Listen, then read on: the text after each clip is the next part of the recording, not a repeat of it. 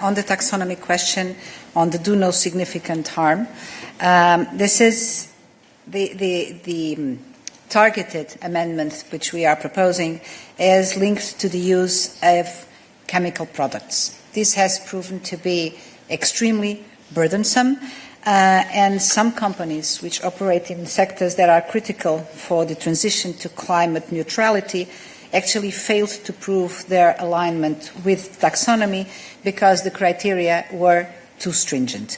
So what we are proposing a targeted change to the so-called Appendix C, and there will be an harmonized list of chemicals produced by the European Chemical Agency against which companies will assess whether they are compliant or non-compliant. And actually on this point, on the consultation we are launching today, we have two alternative solutions proposed. So we will expect on this 4-week consultation to get feedback from stakeholders before we put forward the final solution. For this specific point, given its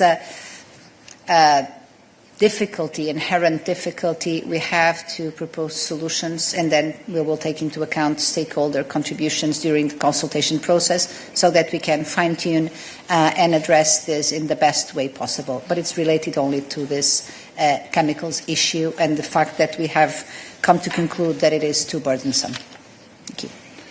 Yeah, maybe just to add a couple of words on those do no significant harm, just to use some examples why we think we need to address it now through level 2.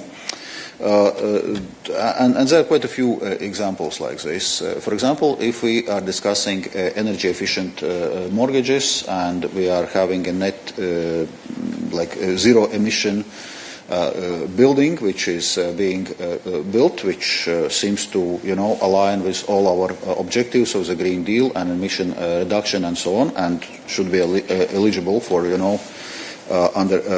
for sustainable finance, for green finance under the taxonomy. But then, for example, do no significant harm principle puts the condition that then the shower cap can have no more than 8 liters per minute water, and if it's more, and there are many restrictions like this, then the zero-emission house do not qualify under, green mortgages. So these kind of things are the ones which we need to simplify. Or another example, if we take, for example, delivery vans or commercial vehicles, we want to promote movement to the electromobility, zero-emission vehicles. But then a number of member states, due to weather conditions, are mandating the use of winter tires in winter. And then with winter tires, those vehicles again do not qualify as taxonomy compliant due to do no significant harm principle. So on a number of occasions we see that it's too detailed and too strict, and actually prevents companies from doing the things which are on substance clearly aligned with our Green Deal objectives, but then on detail it's difficult to comply. Just to give some concrete examples how it works. On this civil liability regime, so basically the idea is that indeed we want to provide more clarity for companies for where their liability lies, and also avoid disproportionate legal risks where pretty much anyone can sue company on anything which is happening unknown number of levels up the value stream.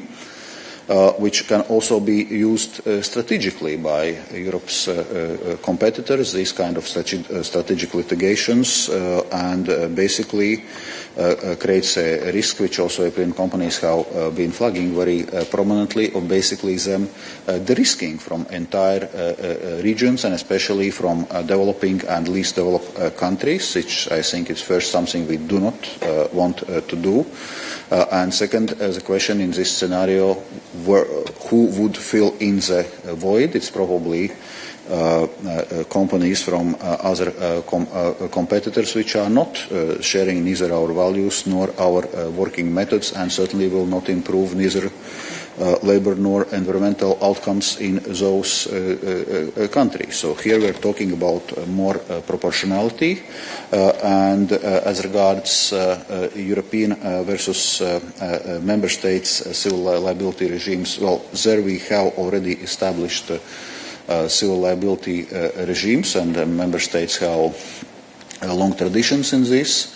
So the question is always a bit single market logic versus subsidiarity logic. Thank you very much.